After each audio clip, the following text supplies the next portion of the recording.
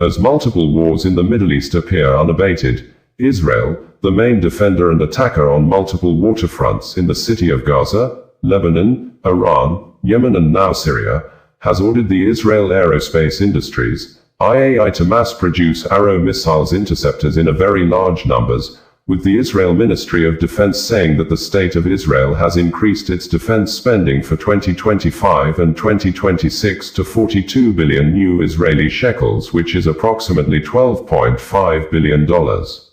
During the 12-day war with Iran, there were multiple reports that Israel was running low on Arrow Missiles Interceptors defense system as Iran long-range missiles were seen hitting targets in Israel.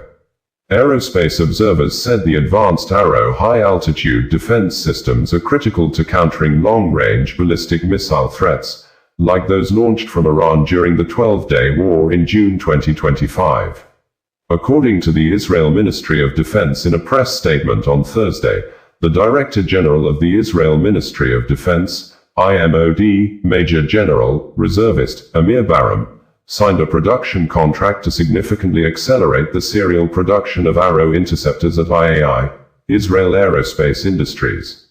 As part of the deal, I.A.I will supply the IMOD with a significant additional amount of Arrow interceptors. The deal was led by Moshe Patel, Director of the Israel Missile Defense Organization, IMDO, within the ministry's Directorate of Defense Research and Development, DDRD. The Arrow system, developed and manufactured in cooperation with the U.S. Missile Defense Agency, MDA, demonstrated significant interception capabilities during the Swords of Iron War, especially during Operation Rising Lion. The system provides exo-atmospheric and endo-atmospheric interception capabilities against ballistic missile threats, protecting the state of Israel from strategic long-range threats. The Arrow system integrates cutting-edge technologies and is considered one of the world's most advanced air and missile defense systems. I.A.I is the prime contractor for developing the Arrow system and its interceptors through its MLM facility in partnership with the U.S. company Stark Aerospace. Other partners include I.A.I's Elta and Tamim divisions, Elbit Systems, Toma, and Rafael Advanced Defense Systems. The U.S. Missile Defense Agency, MDA, is a major partner of the IMDO at the ministry's DDRD in the development and production of Israel's multi-layered defense systems, including the Arrow and David's Sling weapon systems, and the production of Iron Dome defense system components. The strategic cooperation between the MDA and the IMDO helps ensure Israel's technological edge in air and missile defense.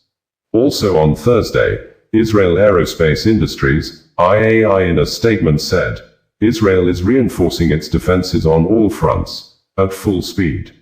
In a major move to strengthen national security, the Ministry of Defense has signed a significant production contract with Israel Aerospace Industries, I.A.I, to fast-track the mass production of Arrow interceptors.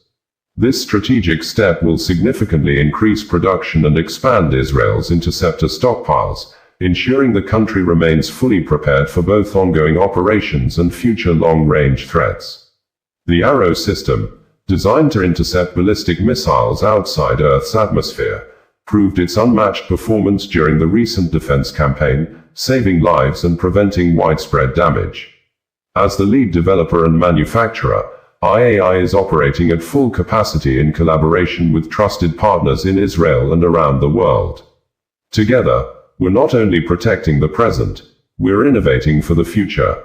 Israeli-based news media, Jerusalem Post also on Thursday, reported that the Director General of Israel Defense Ministry, Major General Amir Baram said that Israel will raise its defense spending by 42 billion new Israel Shekels, which is $12.5 billion, this year and in 2026, the Finance and Defense Ministries said on Thursday, citing the country's security challenges. The budget agreement will enable the Defense Ministry to advance urgent and essential procurement deals critical to national security, the ministry stated in a press release. A long-term build-up plan starting in 2027 will be developed, per Prime Minister Benjamin Netanyahu's instructions, to strengthen readiness and technological superiority against distant threats, the ministry said. Additionally, mechanisms for the oversight of the defense budget will be strengthened, according to the statement. The Director General of the ministry, Major General Amir Baram, said that this move would allow the Defense Ministry to replenish consumed stocks of weapons and ammunition. Finance Minister Bezalel Smotrich, Defense Minister Israel Katz, and Finance Ministry Director General Ilan Rom all welcomed the increase in defense spending. The challenges ahead are complex, in distant and close arenas, against enemies who openly declare their intent to destroy us.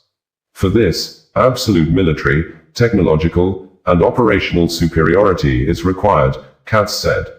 We had reported that shortly after Prime Minister Benjamin Netanyahu returned from the United States, U.S. on Sunday, where he had paid an official visit to the U.S. President, Donald Trump, lawmakers and other U.S. government officials, the misunderstanding between Bedouin and Druze tribes in the Swaida region of Syria that started last Friday took a new twist, evolving into a deadly conflict after a Druze man was robbed at gunpoint on Friday by gunmen suspected to be natives of Bedouin tribe.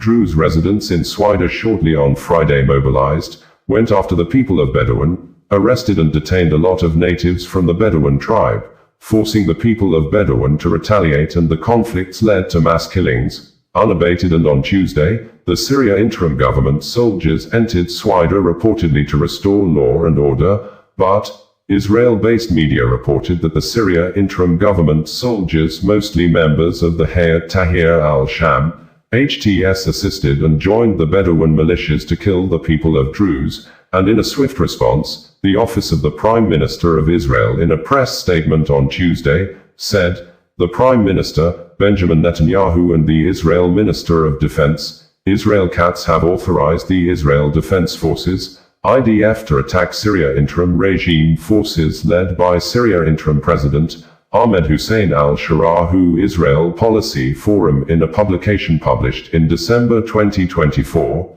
stated that the new Syria presents fresh challenges for Israel, stating that the Turkey-backed Sunni jihadist group, Hayat Tahrir al-Sham, HTS, was an al-Qaeda's former Syrian branch, and its leader, Abu Muhammad al-Golani, also known as Ahmed Hussein al-Shara, who is the current interim president of Syria, was a member of an early version of the Islamic State, saying, Golani's chosen last name also foreshadows conflict over territory, that his family hails from the Golan Heights, which Israel partly occupied after the 1973 war and annexed in 1981, although President al-Shara, in nationwide broadcast on Thursday after ceasefire began around 9 p.m. on Wednesday night, said that the protection of Druze people is a top priority in his interim government, but he's not afraid of Israel that bombed the Syria military headquarters and the military base near Syria Presidential Palace in Damascus on Wednesday that led to the death of 5 persons in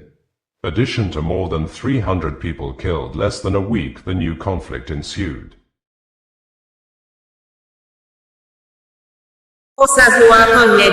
Bringing you the news in a more digital way.